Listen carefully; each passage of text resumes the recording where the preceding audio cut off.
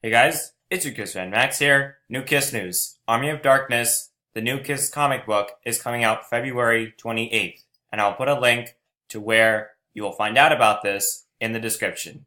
Here's what it says. The world famous face painted rock and roll band Kiss once again cuts loose in comics, but this time against the threat of Deadest, however you say that. Read this interview about the upcoming Kiss/Army of Darkness 1, December 17th,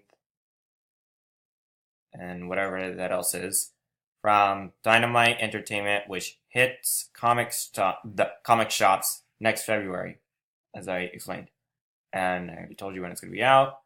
DE, what drew you to taking on this project, and what's been your favorite part of working on this this far? Chris Sims, when we did our first Army of Darkness comic, I talked in interviews about how ADO was the only thing I ever wrote fan fiction, but when I was a kid, I never posted it anywhere, and I'm old enough that I wrote it on a computer without a modem to even connect to the internet, so it's been lost to the ages, but it happened, and it won't surprise you that. I spent a lot of time wondering what would happen if I could throw Ash into a crossover to Dynamite.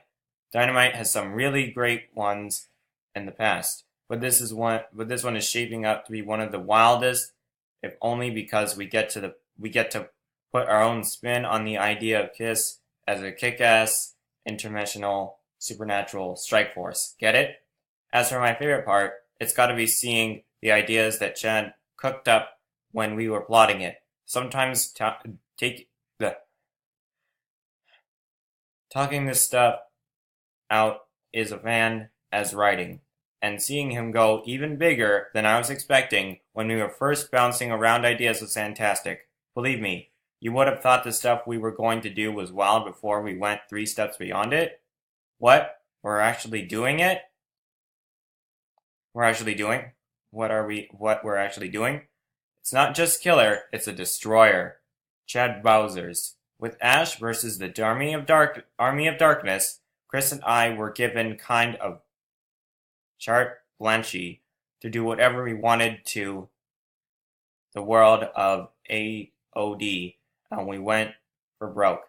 We introduced some new characters and concepts and built a legacy for Ash's comic adventures that I'm immensely proud of, but not in a million years could I have guessed we'd get to continue that momentum with the added bonus of tossing the world's greatest rock and roll band into the mix. I've been in the tank for Kiss since I was in middle school. I remember buying the Kiss tribute album Kiss My Ass for the Lemonheads. They covered Plaster Caster, which lead me to picking up greatest hits and so on. But when I found out there was a Kiss comic with blood in it, I signed up for life. Of course I adore the songs, literally listening to Do You Love Me right now, but I'm just as obsessed with the way Kiss transcends just the music to become something of a genre themselves. It's something I think about a lot, honestly, so no surprise, it's a big part of our story too. How do you say that? Rai Coleman. Having done some work for Dynamite in the past, I've really been waiting to get my foot in the door here for a long time so I can play in the sandbox of amazing licenses that Dynamite have. Chief among those and high up on my bucket list is Army of Darkness. Hail to the King, baby. So when I was offered the job of drawing the Army of Darkness Kiss crossover, I couldn't believe my luck. The concept is totally bonkers, but in a way that would make complete sense in the world of AOD.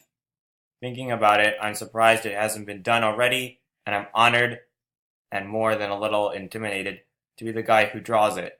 So far, I've just been trying to get familiar with drawing the characters, so my favorite part has been rewatching Army of Darkness and reading Kiss comics in preparation for this wild adventure. Tough day at the office.